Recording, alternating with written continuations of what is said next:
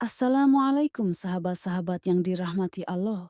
Hari ini saya akan menceritakan tentang ketika Nusantara hampir dihapus dari peta dunia.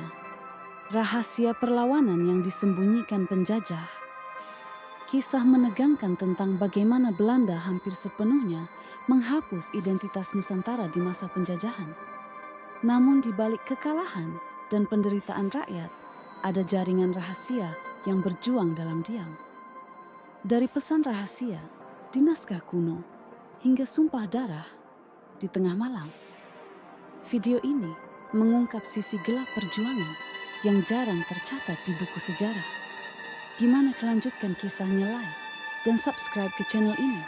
Sangat membantu serta menghibur dan menjadi amal jariah bagi kita semua. Malam di Batavia itu terasa berat. Langit menekan kota seperti selimut hitam yang menahan napas. Di antara gedung-gedung kolonial yang berdiri kaku, lampu-lampu minyak bergetar oleh angin laut. Seorang pria bertubuh kurus, berjanggut tipis, berjalan tergesa, membawa gulungan kertas yang dibungkus kain lusuh. Namanya Rahmat, seorang juru tulis di kantor arsip Hindia Belanda. Di matanya, tampak ketakutan yang tak bisa disembunyikan.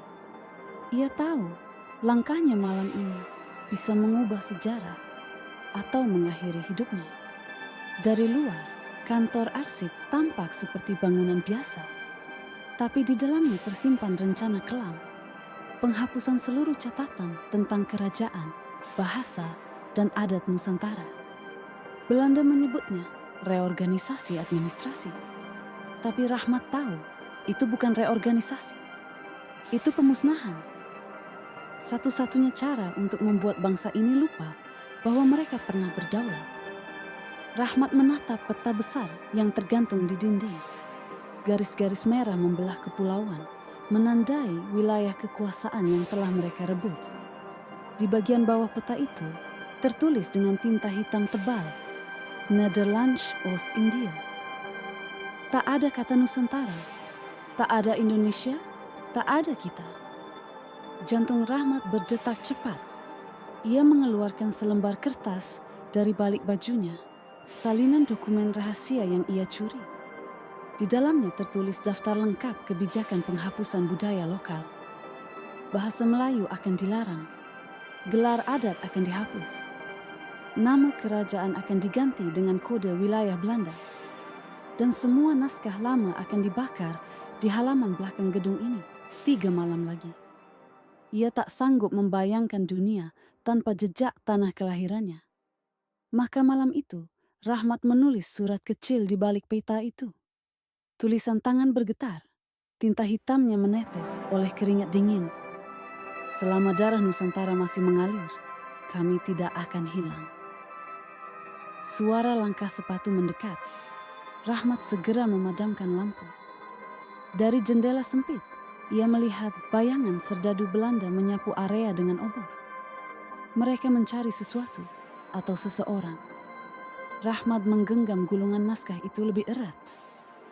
Lalu tanpa pikir panjang, ia menyelinap ke gang belakang, menembus kegelapan Batavia yang penuh rahasia.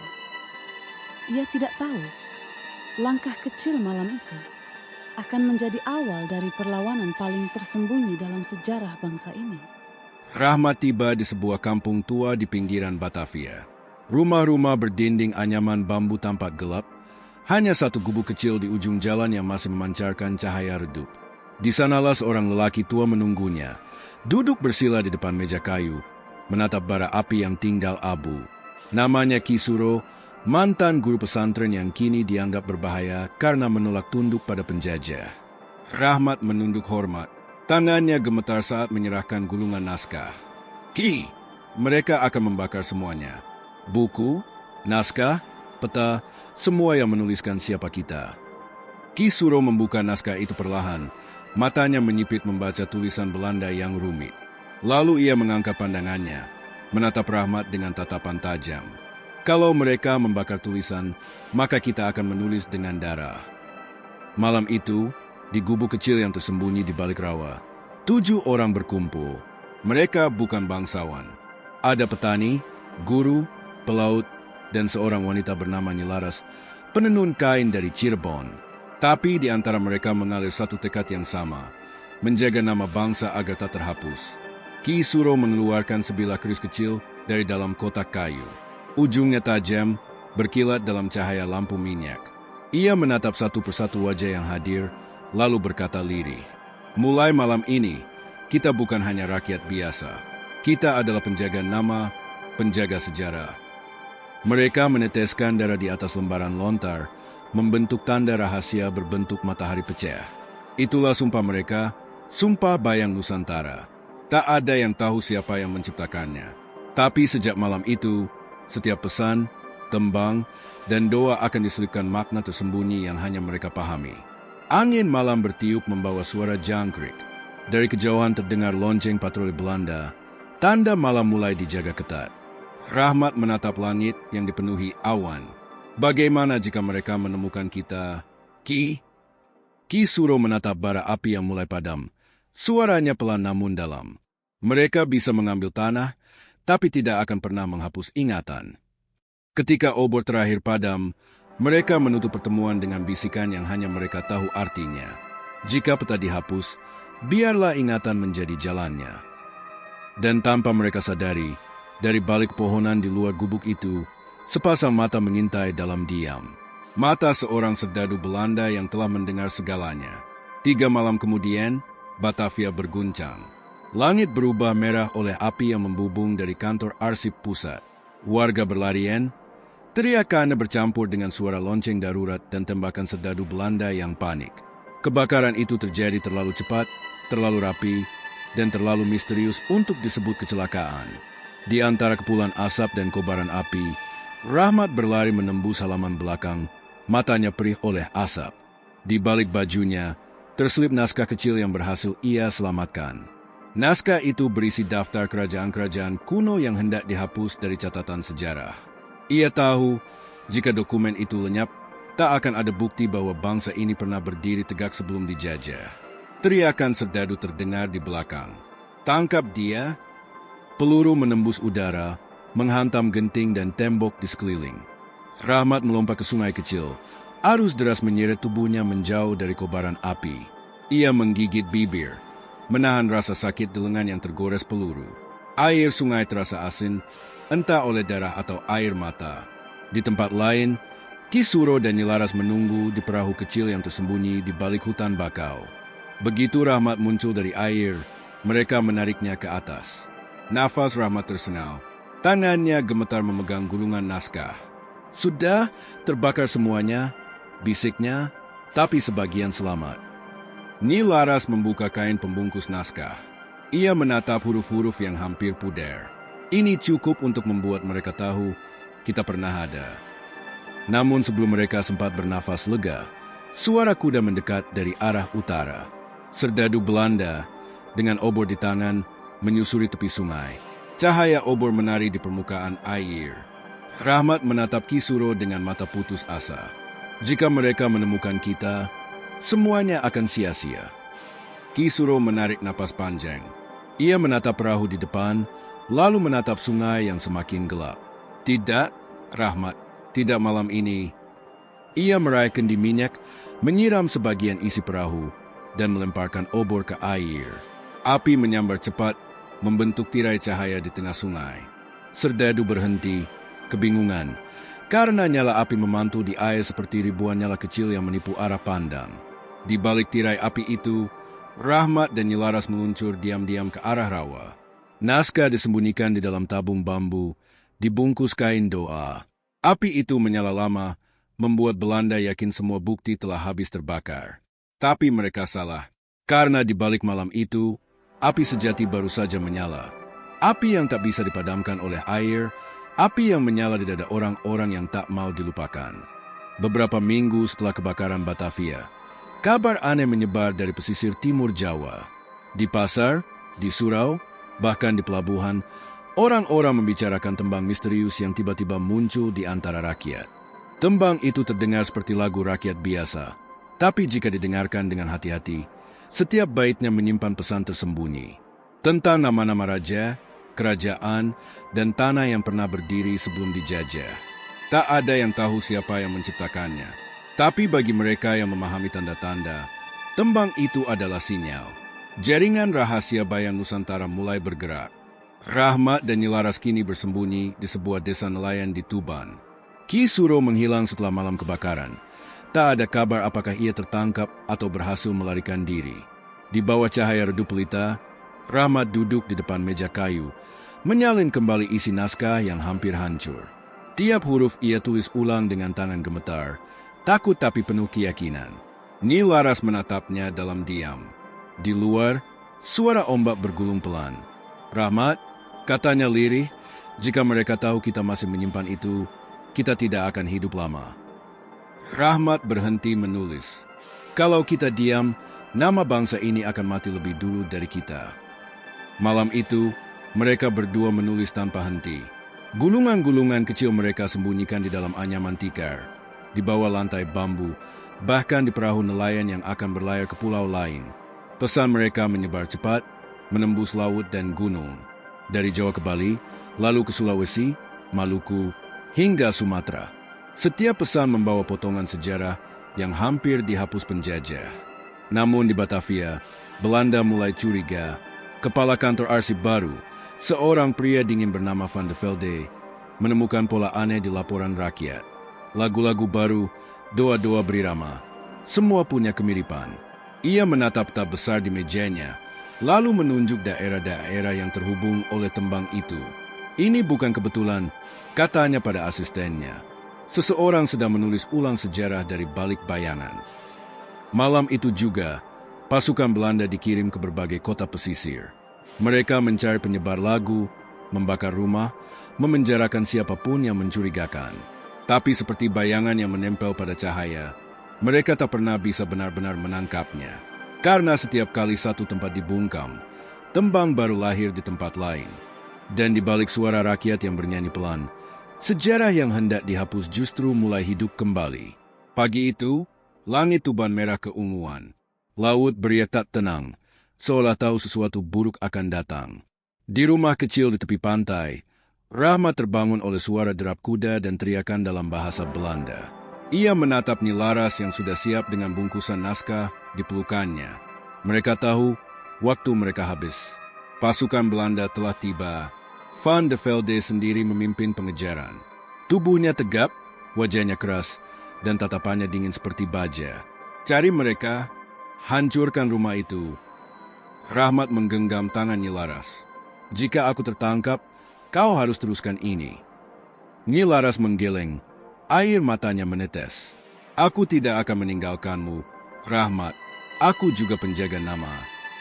Pintu jebol, suara kayu pecah menggema. Rahmat segera membalik meja, menyembunyikan naskah di bawah lantai bambu, lalu menghadang dengan tubuhnya. Serdadu masuk, menodongkan senjata. Menyerah atau mati? Rahmat berdiri tegak. Aku tidak punya senjata. Van de Velde maju, menatap wajahnya lekat-lekat. Kau Rahmat, juru tulis Batavia, pencuri dokumen kerajaan. Rahmat tidak menjawab. Ia hanya tersenyum samar. Aku bukan pencuri. Aku hanya menulis ulang apa yang kalian coba hapus. Tangan Van de Velde bergetar. Ia tak mengerti mengapa kata-kata itu menusuk hatinya. Kau tahu apa akibatnya? Ya, tapi bahkan jika kau membunuhku, nama kami akan tetap tertulis. Di tanah, di air, di dada setiap anak negeri. Suara tembakan meledak. Tubuh Rahmat terhempas ke dinding. Nyi Laras menjerit, berlari menghampiri. Ia menatap darah yang mengalir dari dada Rahmat, lalu menatap Van de Velde dengan tatapan kosong. Kalian pikir sejarah bisa dihapus dengan peluru? Suaranya gemetar, tapi tegas. Kalian bahkan tak tahu bahwa sejarah sudah hidup di antara rakyat. Serdadu menyeret Nyi Laras keluar. Rumah dibakar, api menjelat dinding, menelan semua yang tersisa. Tapi sebelum itu, di bawah lantai bambu, naskah-naskah kecil tetap tersembunyi. Huruf-huruf tinta hitam yang ditulis dengan darah dan doa. Van de Velde berdiri di luar rumah yang terbakar, memandangi kobaran api yang memantul di matanya. Ia merasa aneh. Dalam panas yang menyengat itu, Seolah ia mendengar bisikan yang datang dari bara. Bisikan yang berkata, "Selama darah Nusantara masih mengalir, kami tidak akan hilang." Tuban kini menjadi kota sunyi. Api telah padam, tapi bau aram masih tertinggal di udara. Di antara runtuhan rumah Rahmat, beberapa anak kecil bermain tanpa tahu bahwa tanah yang mereka injak menyimpan rahasia besar. Di bawah puing kayu yang hangus, naskah-naskah lontar itu masih tersembunyi, terlindung oleh abu dan waktu. Bertahun-tahun berlalu, Belanda mengira mereka telah menang. Nama Rahmat dan Nyelaras dilupakan, dianggap pemberontak kecil tanpa arti. Tapi di desa-desa, di surau-surau terpencil, tembang yang mereka ciptakan tetap dinyanyikan.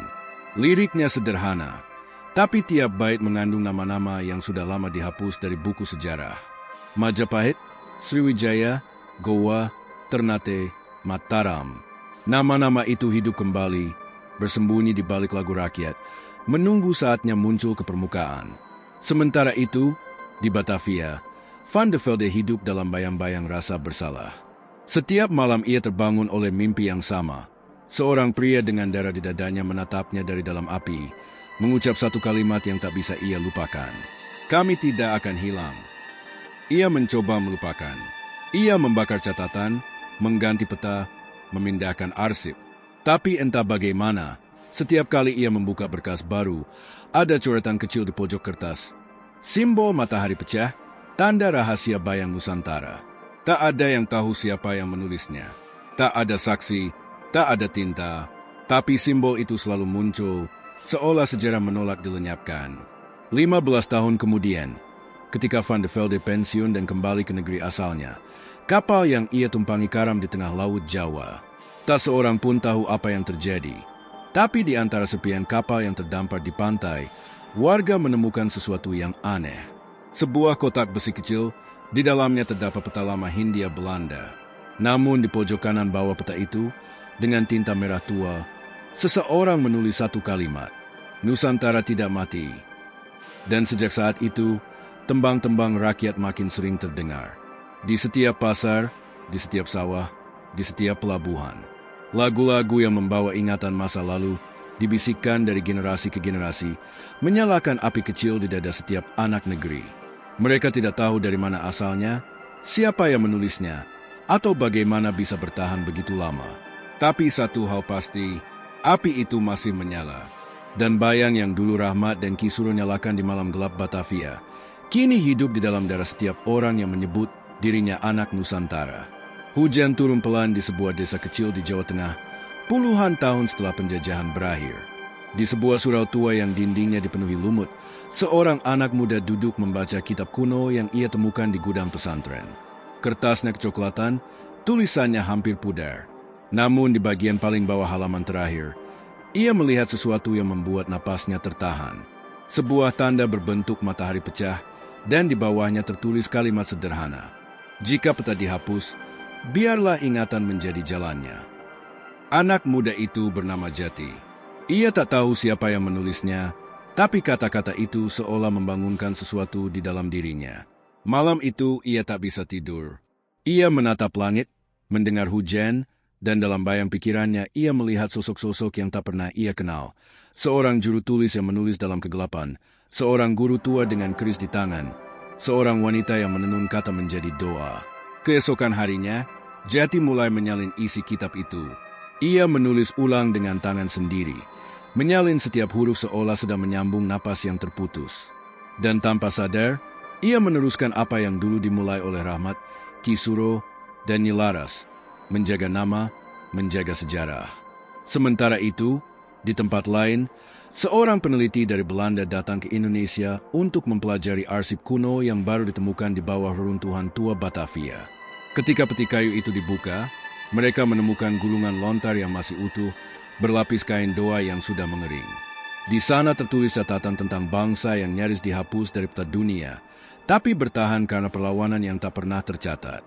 Peneliti itu terdiam lama. Ia sadar, apa yang ia pegang bukan sekadar tulisan, tapi bukti bahwa sejarah punya caranya sendiri untuk hidup lebih lama dari manusia. Hari itu, matahari bersinar lembut di atas tanah Nusantara. Anak-anak berlarian di halaman sekolah, menyanyikan lagu rakyat yang mereka hafal sejak kecil. Lagu yang mereka kira hanya nyanyian biasa, padahal di balik nadanya tersimpan doa dan perlawanan yang tak pernah padam. Dan di langit yang sama, di antara awan yang bergerak perlahan, seolah ada bisikan samar yang mengalun bersama angin laut. Selama darah Nusantara masih mengalir, kami tidak akan hilang. Bayangan itu tidak pernah mati. Ia hanya berubah bentuk, menitis pada setiap generasi yang mencintai tanah ini tanpa pamrih.